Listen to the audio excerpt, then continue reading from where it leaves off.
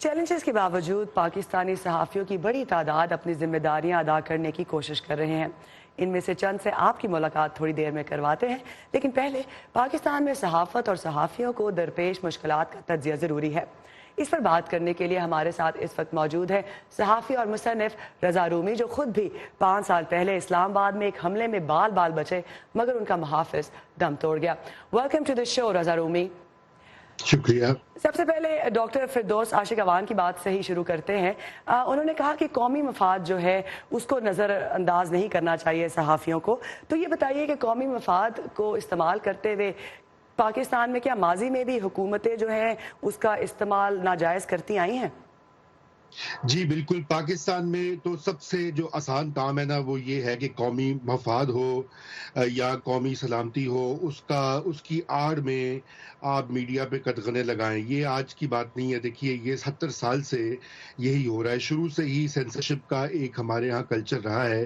جو کہ ٹوٹا پچھلے 10-15 سال میں۔ اس میں بہتری یقیناً آئی، جنرل مشرف کے دور میں ڈی ریگولیشن ہوئی پرائیویٹ میڈیا کی، پھر ہم نے دیکھا کہ میڈیا نے خود ان کے خلاف تحریک میں ایک بڑا رول ادا کیا، اور اس کے بعد ایک دہائی جو ہے اس میں میڈیا کی آزادیاں قدرے امپروو کیں۔ لیکن پچھلے چند سالوں میں ہم نے دیکھا ہے کہ دوبارہ سے ایک یوں سمجھیے کہ انڈکلیئرڈ یا بغیر لکھی ہوئی غیر اعلان شدہ ایک پالیسی جو ہے وہ اس وقت لاگو ہے، جہاں پر کسی کے اوپر کوئی ڈائریکشن نہیں ہے، لیکن سب ایڈیٹرز اور اخبارات اور ٹی وی چینلز جو ہیں وہ سیلف سینسرشپ کرتے ہیں، تاکہ ان کو یہ خطرہ ہے کہ کہیں ان کا بھی وہ حال نہ ہو جو کہ جیو ٹی وی یا ڈان اخبار کا ہوا پچھلے 1-2 سال میں، کہ جہاں پر ان کی کرٹیکل رپورٹنگ کی وجہ سے ان کے اوپر طرح طرح کی پابندیاں لگائی گئیں، اور جیو کو تو پھر کر رضا یہ بھی بتائیے گا، حکومت یہ بھی کہتی ہے کہ سوشل میڈیا کی آمد کے بعد ایک نئے میڈیم کے تقاضوں کو سمجھتے ہوئے ذمہ دارانہ صحافت کے لیے ٹریننگ کی بھی ضرورت ہے۔ آپ کے خیال میں کیا یہ ضرورت بھی آزادی صحافت کے لیے ایک چیلنج ہے؟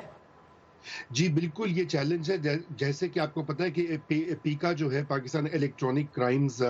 کا جو قانون منظور کیا پچھلی گورنمنٹ نے، وہ بھی بہت ہی ڈریکونین جیسے کہا جاتا ہے قانون ہے، اور اس کی شکیں جو ہیں وہ استعمال ہوئی ہیں۔ لوگوں کو اس لیے جیل بھیجا گیا کہ انہوں نے فیس بک پوسٹ کے اوپر کچھ لکھ دیا، یا بھی حال ہی میں بڑے سینئر صحافی ہیں جنہوں نے سعودی پرنس کی پاکستان آمد کے موقع پر اپنی ڈی پی جو ہے وہ تبدیل کی تھی، اور جمال خشوگی سے یکجہتی کا اظہار کے لیے، تو ان کے خلاف بھی جو ہے ایک انویسٹیگیشن کا اعلان کیا گیا۔ تو یہ ایک طرح سے ایک میسج ہوتا ہے ریاستی جو ادارے ہوتے ہیں، لا انفورسمنٹ اتھارٹیز ہوتی ہیں، کہ بھئی اگر آپ نے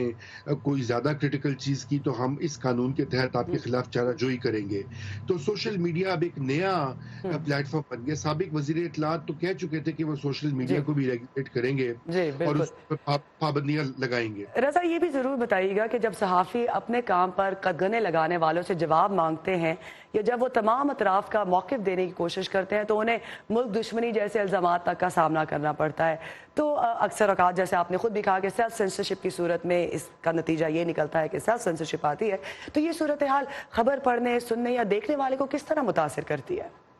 دیکھیے یہ بالکل کرتی ہے، کیونکہ رائے عامہ جو ہے وہ اسی طرح اس کو ہموار کیا جاتا ہے کہ وہ صحافی جو کہ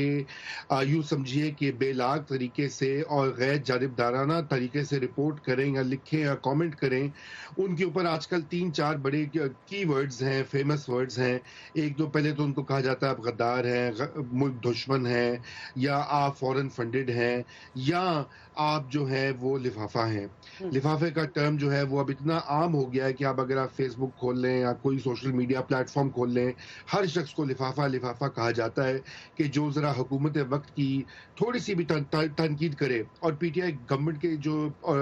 میں تو یہ بہت عام ہو گیا ہے یہ سلسلہ، کہ ہر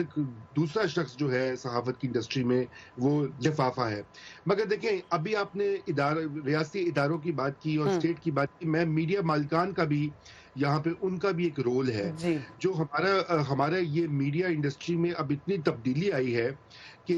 جو بہت سارے بزنس انٹرسٹ ہیں، کارپوریٹ انٹرسٹ ہیں، وہ اب میڈیا کے اندر جو ہے وہ میڈیا انڈسٹری کا سب سے اہم جزو بن گئے ہیں، اور ان کو اس سے کوئی غرض نہیں ہے کہ جرنلزم جو ہے وہ سچائی پہ ہونا چاہیے غیر یا بات جانبدارانی سے کام نہیں لیا جا رہا، آپ یہ کہنا چاہ رہے ہیں؟ جی جی تو وہ لوگ جی بھی اس سینسرشپ کا حصہ بنتے ہیں کیونکہ ان کو اپنا بزنس زیادہ عزیز ہے اور ان کو اپنے میڈیا ورکرز کا یا جی جرنلزم کے اصول عزیز نہیں ہے۔ اور بالکل آخری بات میں یہ کہتا چلوں کہ اسی ضمن میں کہ ایک اور جو سب سے بڑا جرنلزم کے خلاف اٹیک آیا ہے جی وہ معاشی کولیپس کا آیا ہے، تھینک یو سو کیونکہ مچ رضا رومی. ہمارے پاس وقت کی کمی کی وجہ سے آپ یہ کہنا چاہ رہے تھے کہ جو معاشی طریقے سے میڈیا کو جس طرح ٹارگٹ کیا گیا ہے وہ بھی ایک وجہ ہے کہ میڈیا سیلف سینسرشپ کا شکار ہوتا ہے. Thank you so much for being with us.